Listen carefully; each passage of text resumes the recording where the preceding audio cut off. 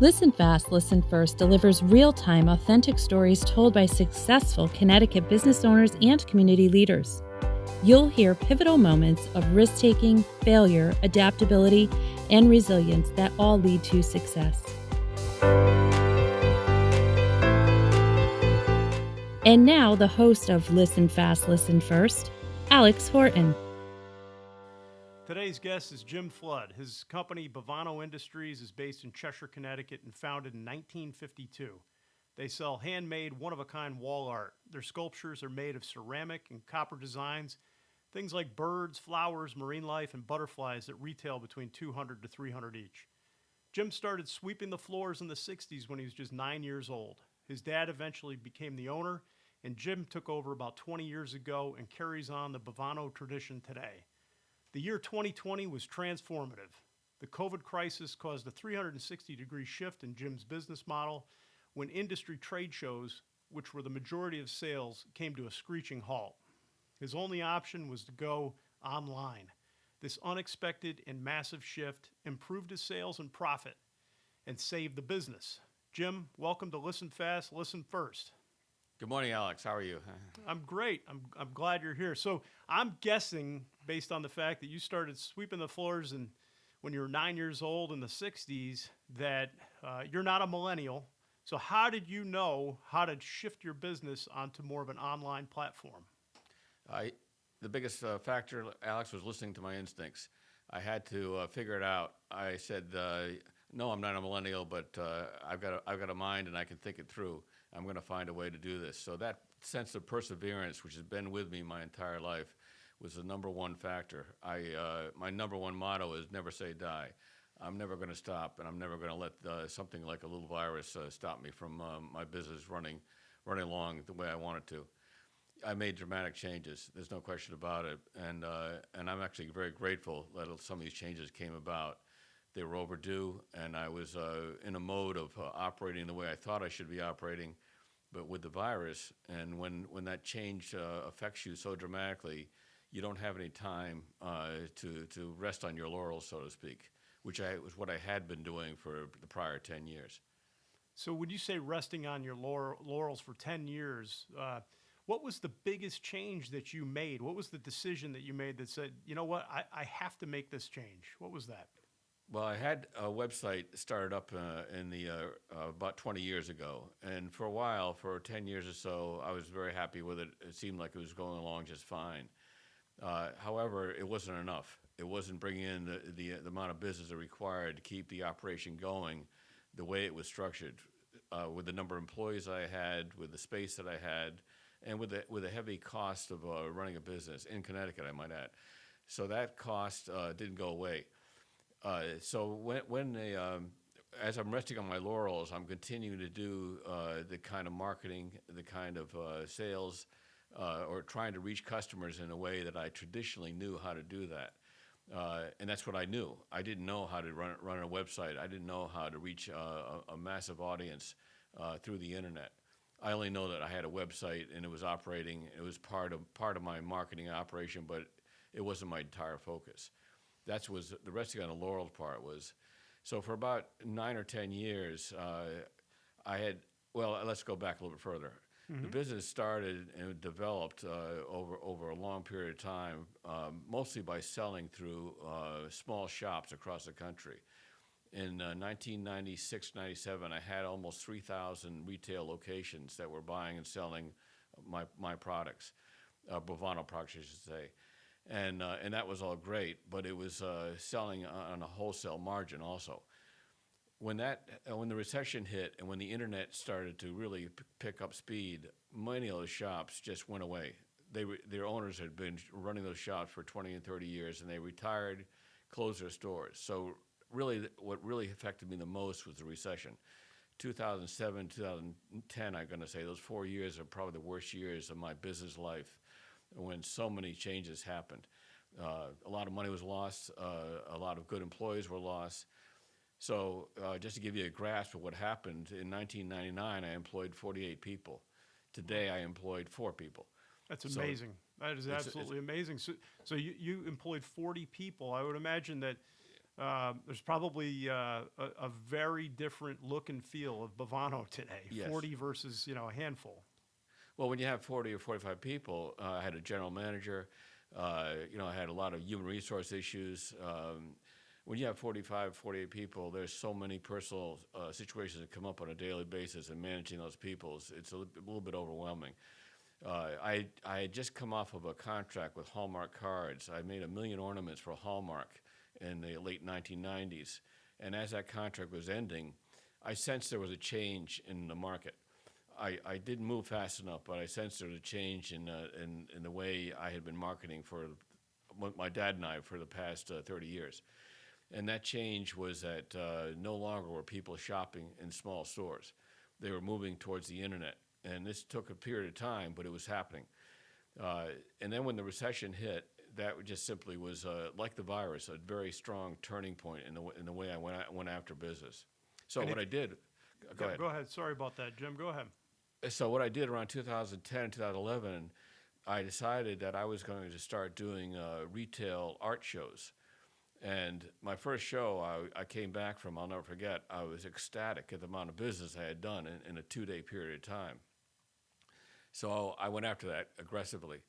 And my son was with me at that time. He was running the shop, so to speak. And all of a sudden, the business started picking up because I found a higher margin retail sale by doing art festivals. I got up to the point where I was doing 30 to 33 art festivals a year. Some of those festivals were a week long. A tremendous amount of personal energy on my part went into that, but I was determined. I said, this is what I have to do in order to make the business turn around. Now, that was all great, okay? It was fine, except that I had no personal life. That was the downside of those 10 years. I would imagine you put a few miles on the Bovano van, too, right? Can you imagine driving 1,000 miles on a Friday, setting up a show and driving 1,000 miles home on a Monday? Most people couldn't even grasp that. How many? So on a serious note, because as a fellow business owner, I do drive a lot. But how many miles was the most you ever put on an annual? Probably about 60,000 miles in 1 year. Right. And so that's a lot of time, and it's a lot of time to think also when you're driving those distances. So, during that time, however, I developed some tremendous relationships with fellow artisans, other people that were running their business the same way I did. I saw some incredible product. I was thrilled by the amount of creative energy that goes on in the United States. Most of these festivals drew artisans from around the country into these festivals.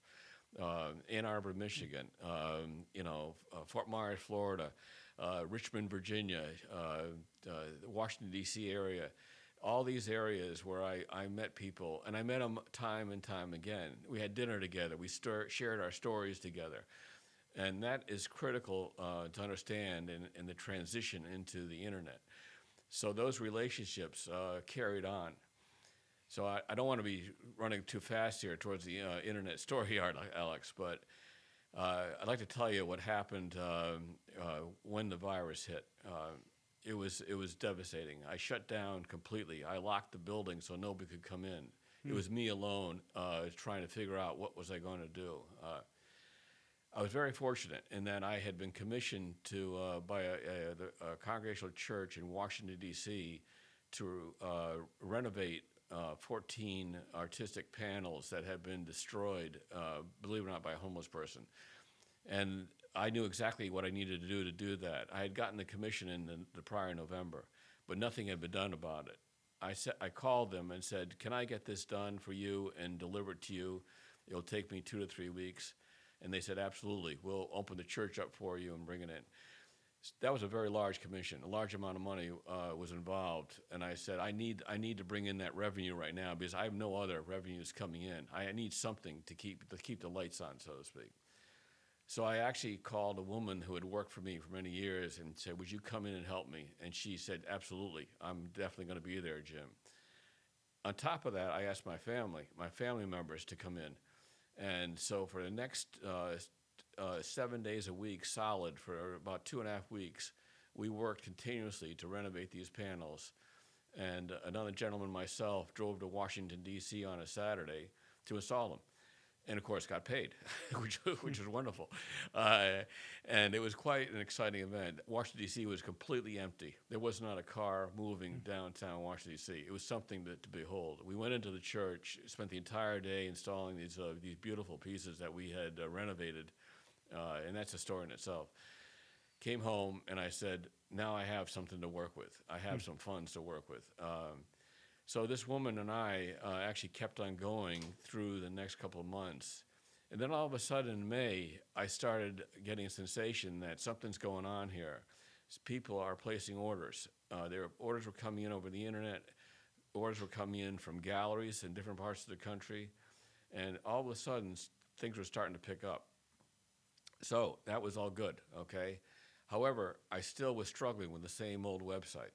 And I'm kind of dwelling on this, Alex, because this is somewhat of the demand of my mental energy to try to get through this. So I had started trying to build a new website internally, which I don't recommend anybody doing, by the way. Yeah, and, you're good at making beautiful art pieces, but running learning a whole new system and all that, leave that to somebody else, right? Well, the problem being a small business owner is your tendency is to do everything yourself. In order to save a buck, you're always trying to do everything yourself. Yep. And unfortunately, that's a downfall for a lot of things that you do. When do you let go and let somebody else take over? So the website we had started to develop actually was on Squarespace.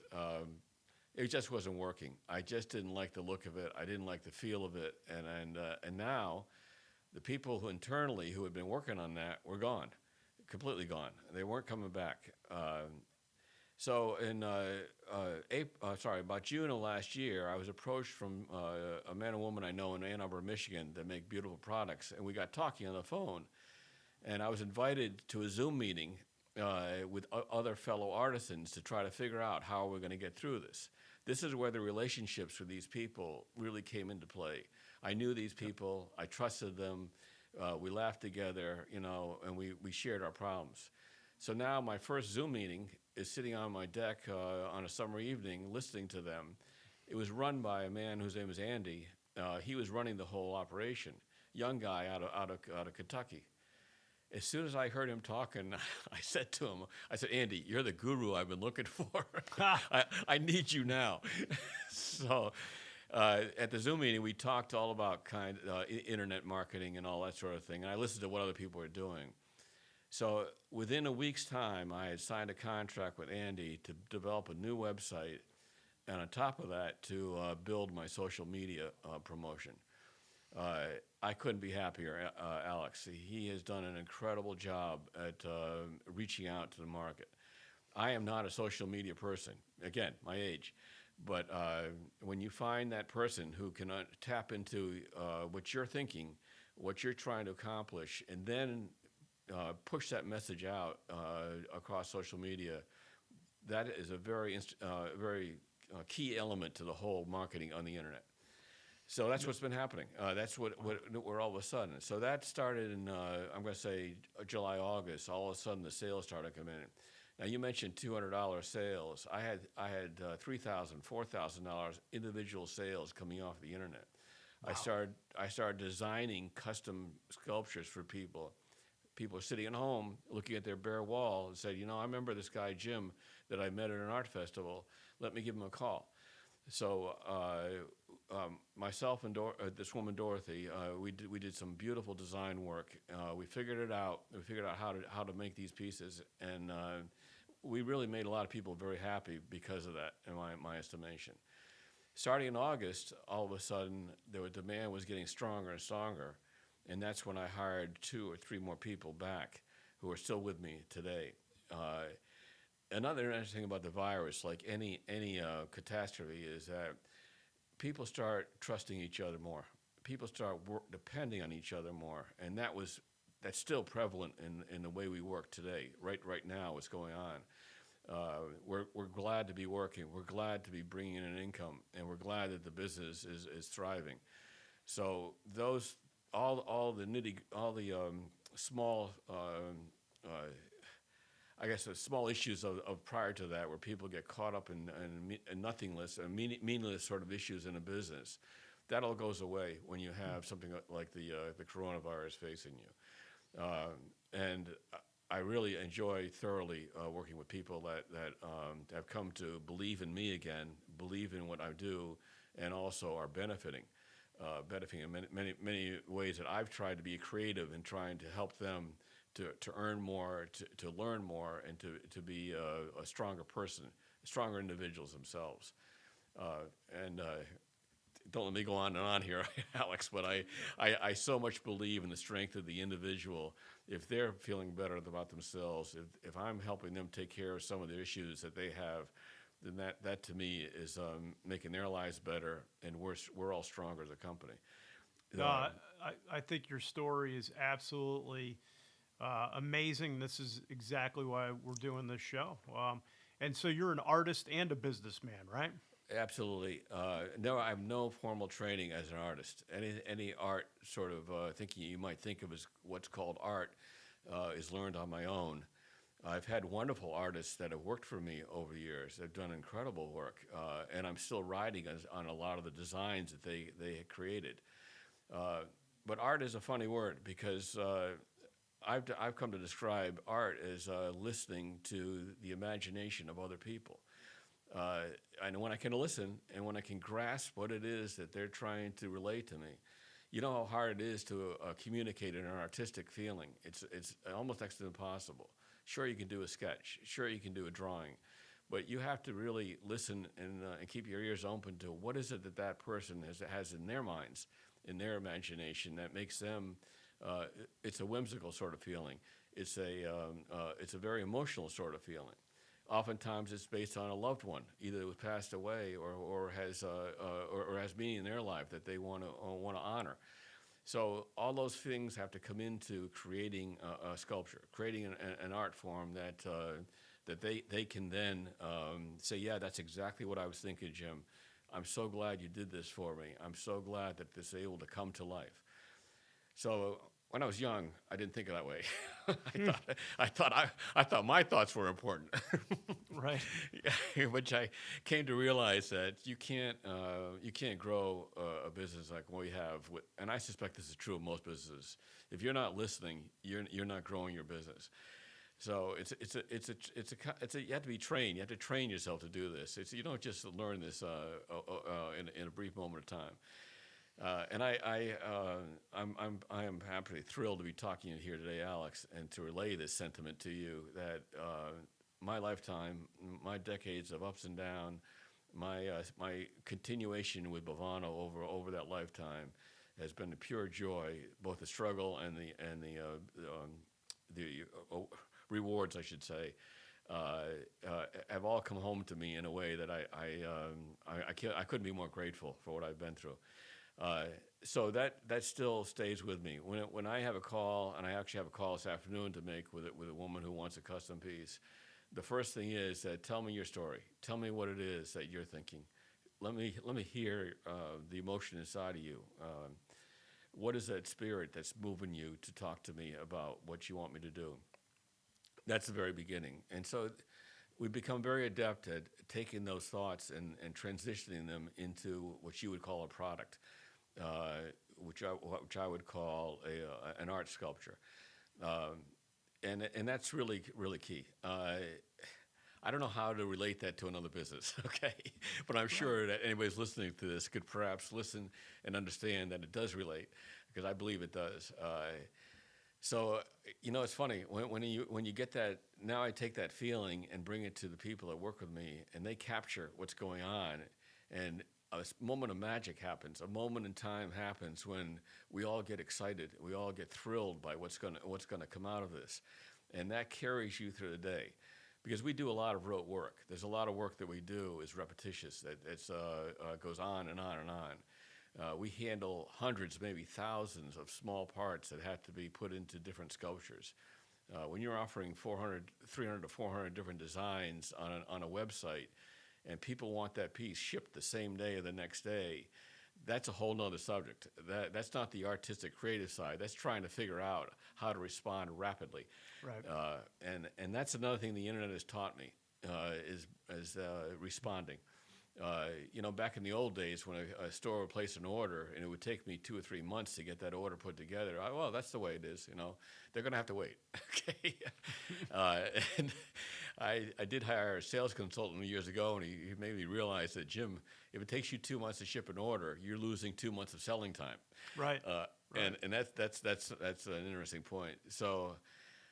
It's been a long road, but anyway, the internet has it's actually, and people come back to us because we can manage this fast shipping process. I was going to ask you that, Jim. What you've been in business for all of these years, over 60 years.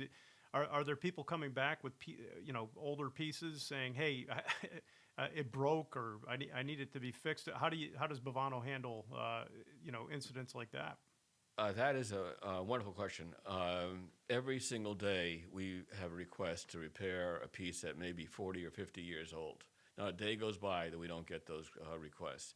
And it's absolutely an amazing thing to see something that was created 45 years ago, and they have kept that piece for that period of time and cherished it for that period of time. Right, and those are pieces made by your father and Yes. people you were close to, right? Yes, very true. When I was very young.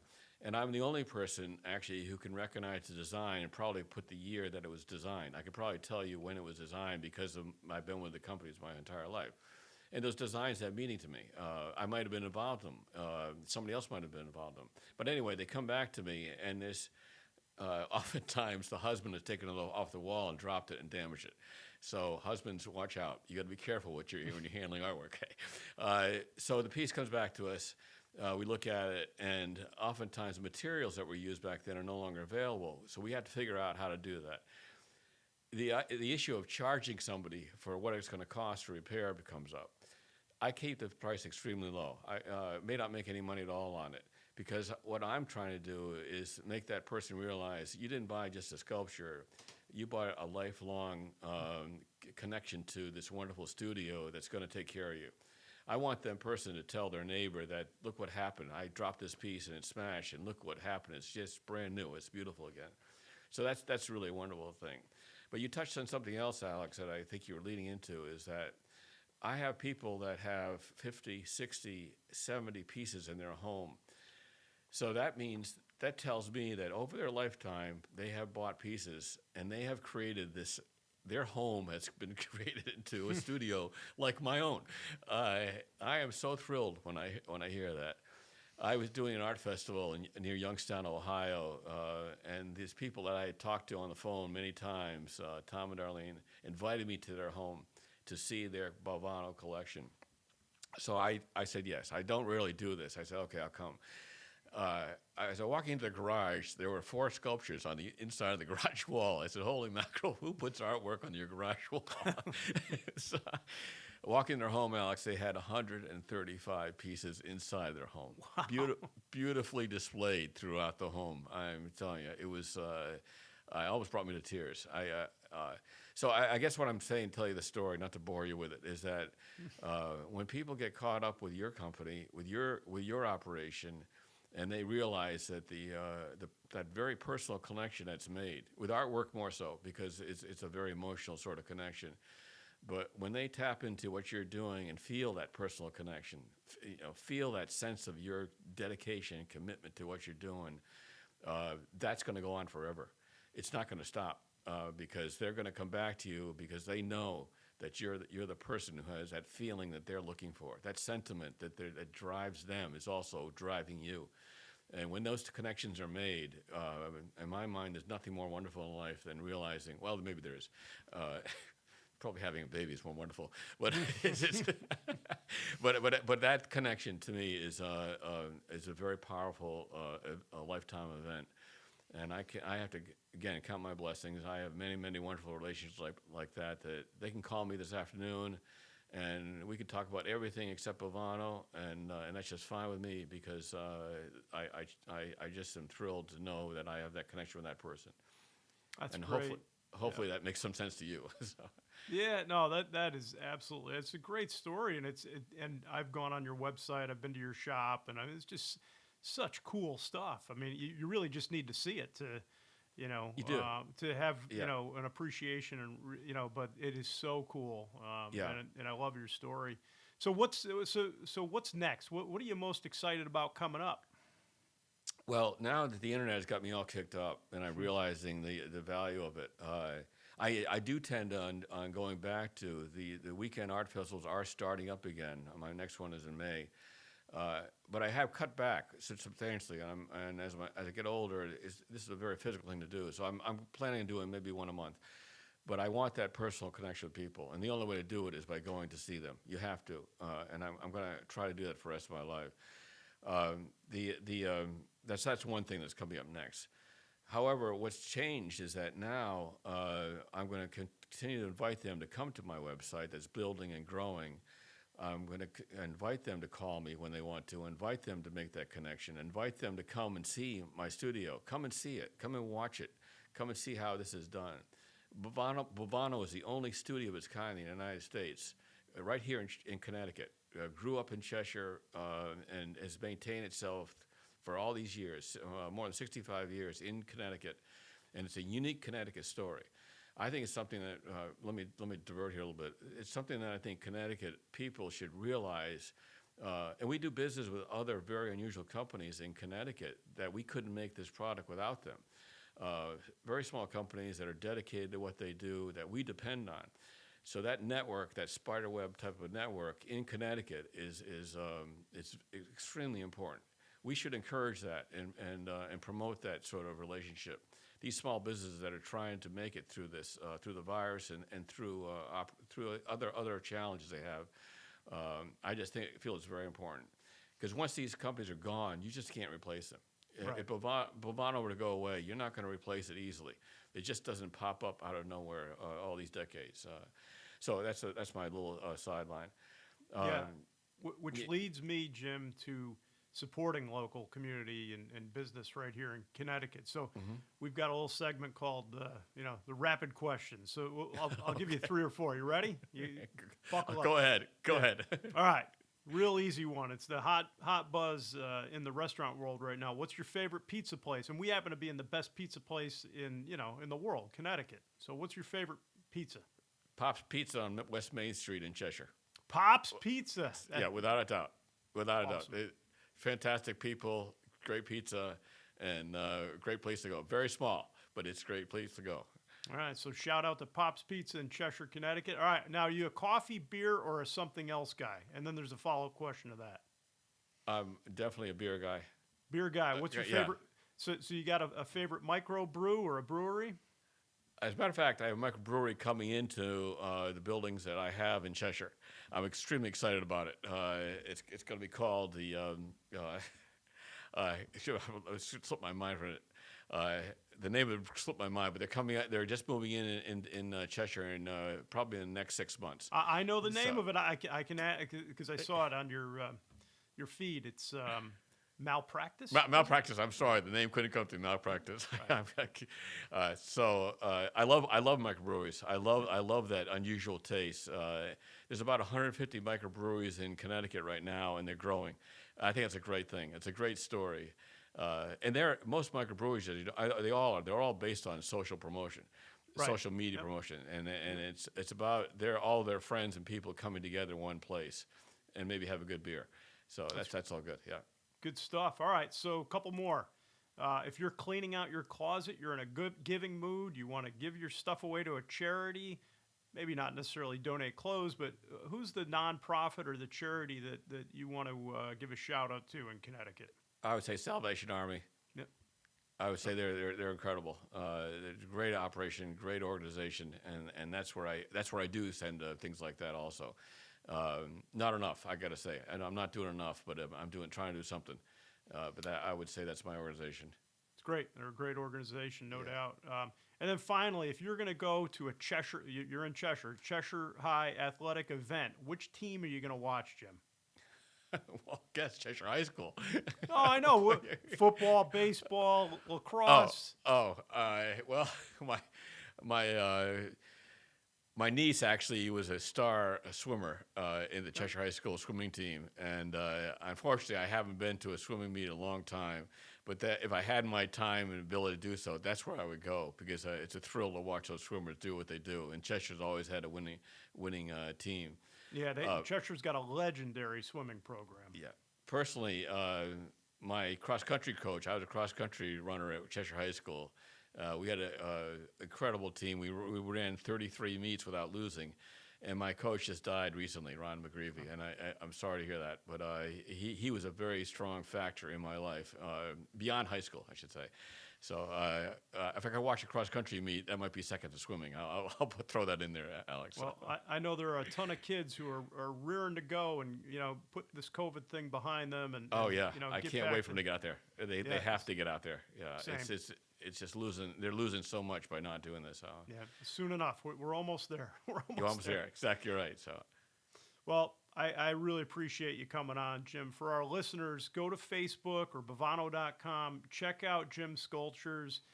Look and see what this, how this marketing message, is at work. And thanks to our sponsors, Infinite Web Designs, Papa's Photography, BRBG Insurance.